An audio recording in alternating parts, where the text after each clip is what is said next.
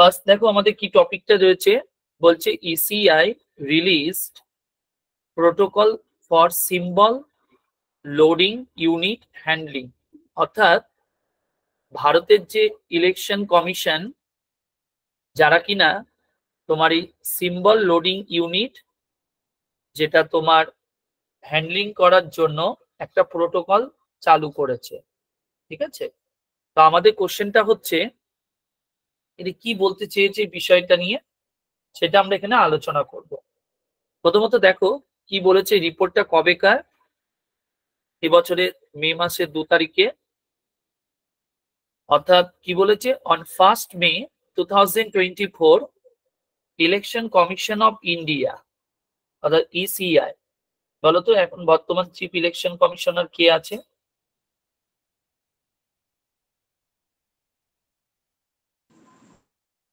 তো বলবে রাজীব কুমার। হ্যাঁ, রাজীব কুমার। কততম?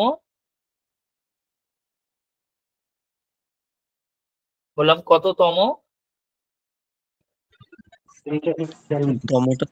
25তম, 25th chief election commissioner of India. আর যদি কোশ্চেন করে এই যে ইলেকশন কমিশন, এই ইলেকশন কমিশন কবে চালু হয়েছে বলে যাবে?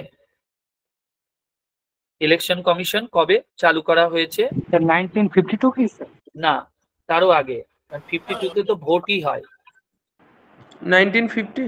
হ্যাঁ, 1950, 1950-এ 25 জানুয়ারি, 25 জানুয়ারি ইলেকশন কমিশনের জন্মদিন। আর এই দিনটাকে ওই জন্য আমরা কি দিবস পালন করি? ভোটার দিবস। ন্যাশনাল ভোটার্স ডে বা জাতীয় ভোটাধিকার দিবস।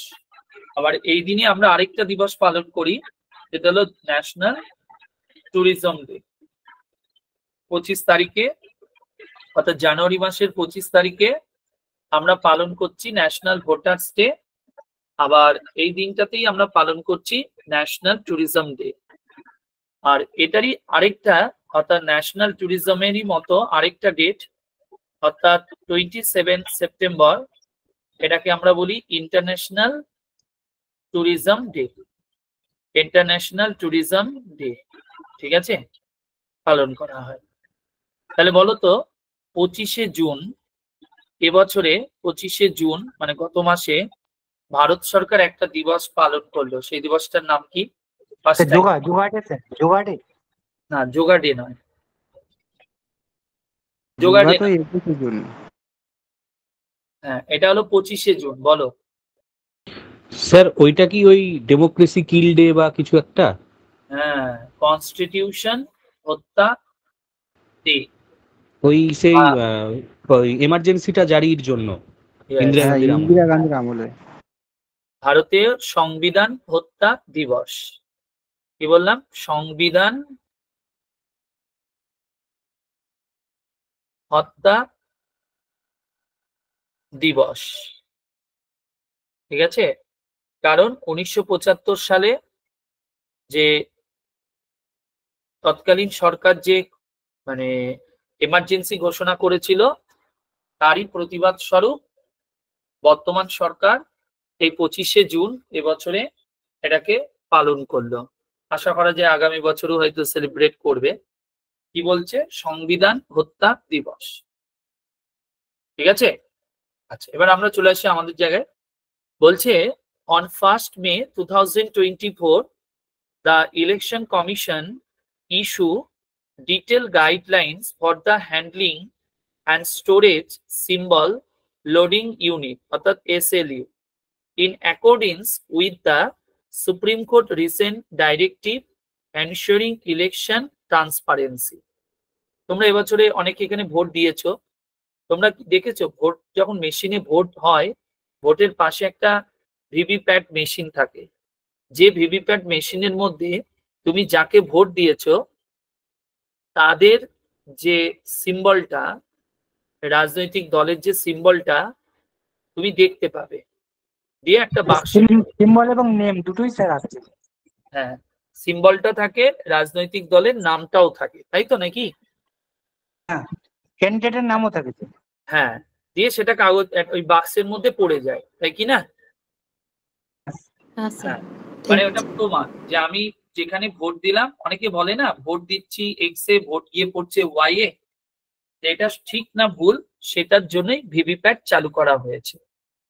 তো কি বলেছে, বলছে যে ইলেকশন কমিশন তাদের যে নির্বাচন ট্রান্সপারেন্সির জন্য, মানে নির্বাচনটা যাতে মানে স্বচ্ছতা মেনে হচ্ছে কিনা, তাতে সুপ্রিম কোর্টের একটি নির্দেশ রিসেন্টলি দিয়েছিল। সেটা কি, ওই প্রতীক লোডিং ইউনিট বা এসএলইউ অর্থাৎ সিম্বল লোডিং ইউনিট, এটা চালু করবার জন্য। তো election commission issue detail guidelines for the handling and storage, মানে এটা হ্যান্ডলিং করা যেতে পারে এবং স্টোরেজ করা যাবে কি সিম্বল লোডিং ইউনিটটাকে, in accordings with the supreme court recent directive. মানে সাম্প্রতিক সুপ্রিম কোর্ট একটি নির্দেশ দিয়েছে বা তাদের যে নির্দেশনা, সেখান থেকে ইলেকশন কমিশন এই এসএলইউটাকে যাতে হ্যান্ডলিং করা অর্থাৎ পরিচালনা করতে পারে এবং সংরক্ষণ করতে পারে, তার জন্য তারা কিছু গাইডলাইন এনেছে বা ঘোষণা করেছে। তবে মে মাসে কি বলেছে এবার, বলছে দেখো, ফার্স্ট বলেছে compliance with supreme court order, অর্থাৎ সুপ্রিম কোর্টের যে আদেশ তার যে সম্মতি, অর্থাৎ এখানে কি বলছে, election commission release protocol for SLU handling and storage as per supreme court's April 26 directive, অর্থাৎ 26শে এপ্রিল সুপ্রিম কোর্টের একটি নির্দেশ অনুসারে নির্বাচন কমিশন এই এসএলইউ হ্যান্ডলিং এবং স্টোরেজের জন্য একটা প্রোটোকল রিলিজ করেছে। এটা কবেকার নির্দেশ, সুপ্রিম কোর্টের 26শে এপ্রিলের একটা নির্দেশ। আরেকটা কি বলেছে, সিকিউর স্টোরেজ, মানে এই যে স্টোরেজটাকে যেখানে এটাকে সঞ্চয় করা হবে বা রাখা হবে, সেটা যেন নিরাপদ হয়। বলছে এসএলইউ টু বি সিল, এই এসএলইউ যে বক্সটা হবে সেটাও কিন্তু সিল করা থাকবে, and store it containers within strong room alongside EVM for a minimum of 45 days post election, মানে ভোট হয়ে যাবার 45 দিন পর্যন্ত, কম করে 45 দিন ইভিএম মেশিন যেমন স্ট্রং রুমে রাখা হয়, তেমনি এই এসএলইউটাকেও সিল করে একটা কোনো বাক্সের মধ্যে ওই ইভিএম মেশিনের সঙ্গে কম করে 45 দিন রেখে দিতে হবে ভোটের পর, যাতে ভবিষ্যতে যদি কোনো সমস্যা তৈরি হয় তখন এটা যেন দেখানো যেতে পারে। আর কি বলেছে, এসএলইউ ফাংশনালিটি, অর্থাৎ এসএলইউর কার্যকারিতা। এসএলইউ হলো তোমার, বলছে SLU upload candidate names and symbol, SLU upload কি আপলোড করবে, ক্যান্ডিডেটের নাম and symbol onto voter verified paper audit trail machine, অর্থাৎ এসএলইউ এই যে ভিভিপ্যাট মেশিনে প্রার্থীর নাম এবং প্রতীককে আপলোড করবে। বোঝা গেল ভিভিপ্যাট। তাহলে যদি কোশ্চেন করে এই ভিভিপ্যাট আমাদের কবে প্রথম ব্যবহার করা হয়েছে বলা যাবে?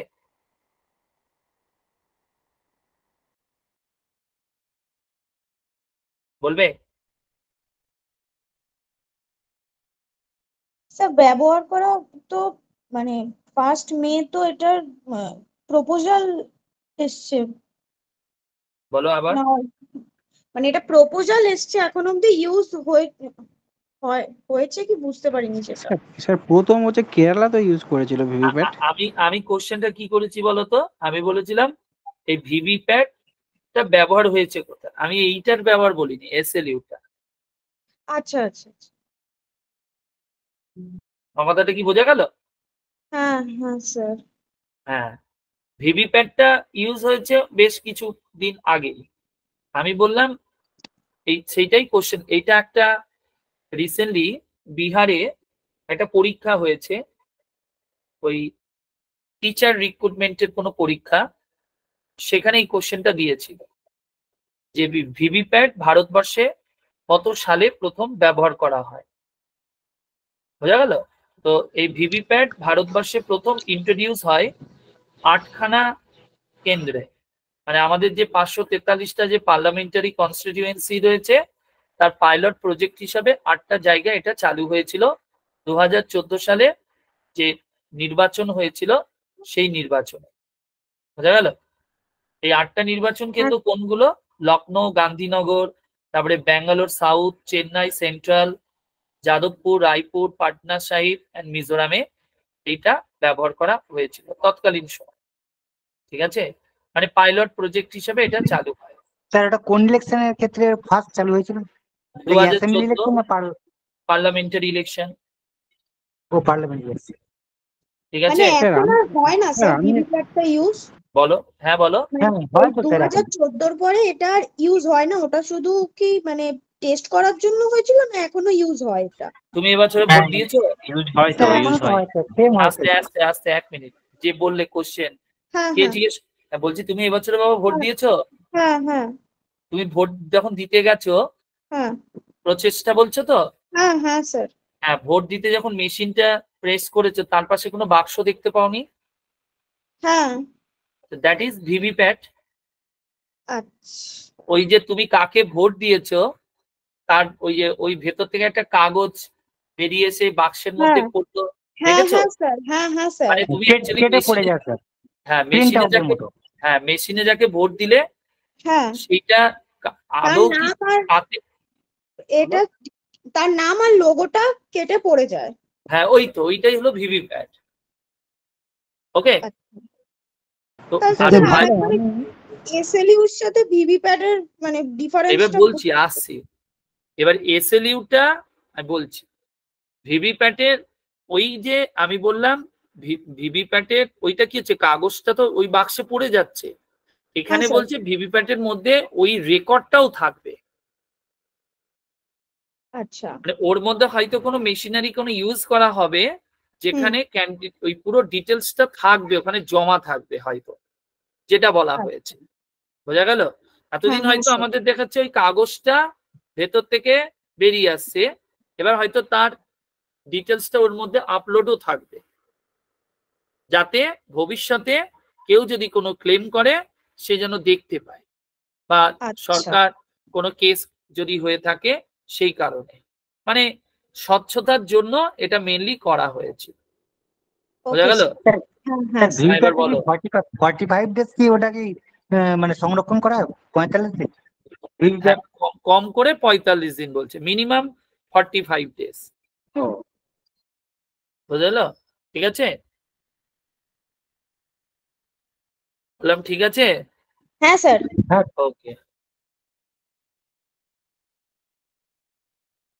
আরেকটা জিনিস এখানে বলে দিই, ভিভিপ্যাট যদি প্রথম মানে লোকসভা ভোটে যদি বলে 2014-তে, কিন্তু যদি বিধানসভা ভোটে বলে তাহলে মনে রাখবে 2013 সালে নাগাল্যান্ডে একটা অ্যাসেম্বলি নির্বাচন হয়েছিল, কনস্টিটিউয়েন্সি নির্বাচন হয় নকসেন বলে একটি জায়গা নাগাল্যান্ডে, যেখানে এই ভিভিপ্যাটটা ব্যবহার করা হয়েছিল 2013-তে। মনে থাকবে, এটা হলো বিধানসভা নির্বাচন, আর লোকসভা নির্বাচনে প্রথম ইউজ হয় 2014-তে। ঠিক আছে, এবার দেখো কি বলেছে, স্টেট ইলেকটোরাল। স্যার বিধানসভাটা কি বললেন? বিধানসভায় যদি বলে তাহলে হবে 2013-তে নাগাল্যান্ডের একটি বিধানসভা নির্বাচনে প্রথম এটা ব্যবহার করা হয় ভিভিপ্যাট। বোঝা গেল? কনস্টিটিউয়েন্সিটার ঠিক আছে, নামটা জানেন স্যার? এই যে নকসেন, এই যে লিখে দিলাম NOKSEN 2013। ঠিক আছে,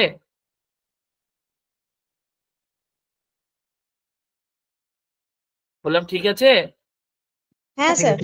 ওকে, হ্যাঁ স্যার ঠিক আছে। হ্যাঁ, এবার দেখো, এবার যেটা আমরা বলছিলাম, এবার কি হচ্ছে, এবার নির্বাচন কমিশন প্রত্যেকটা রাজ্যে তাদের যে অফিস রয়েছে তাদেরকে ইনস্ট্রাকশন জানাচ্ছে, কি বলছে, ECI directed state chief electoral officer to establish infrastructure for SLU handling as per new protocol. অর্থাৎ ECI বা যে আমাদের কেন্দ্রের যে ইলেকশন কমিশন, তারা ভারতের প্রত্যেকটা রাজ্যে যে চিফ ইলেকটোরাল অফিসার আছে তাদেরকে কি বলছে, এস্টাবলিশ করতে ইনফ্রাস্ট্রাকচার একটা, অর্থাৎ পরিকাঠামো তৈরি করার নির্দেশ দিচ্ছে ফর SLU হ্যান্ডলিং জন্য, মানে SLUটাকে যাতে পরিচালনার জন্য একটা ইনফ্রাস্ট্রাকচার বা পরিকাঠামো তৈরি করবার জন্য তোমার দিল্লি থেকে ইলেকশন কমিশন প্রত্যেকটা রাজ্যকে একটা প্রোটোকল দিয়েছিল বা জানিয়েছিল।